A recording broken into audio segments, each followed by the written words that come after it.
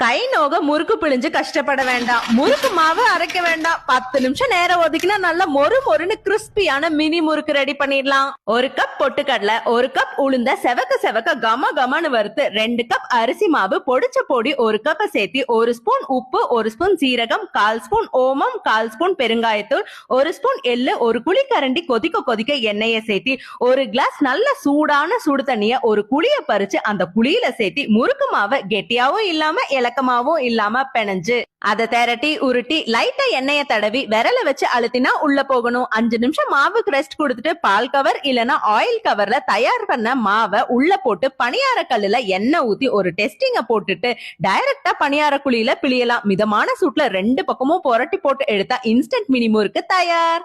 வாயில போட்டு கடிக்கும் போதே சும்மா கறக்கு முறுக்குன்னு பக்கத்துல இருக்கிறவங்க காதுலயே சத்தம் கேட்கும். இருங்க இருங்க பாஸ், எங்க போறீங்க? ரெசிபி எப்படி இருந்ததுன்னு சொல்லிட்டு போங்க.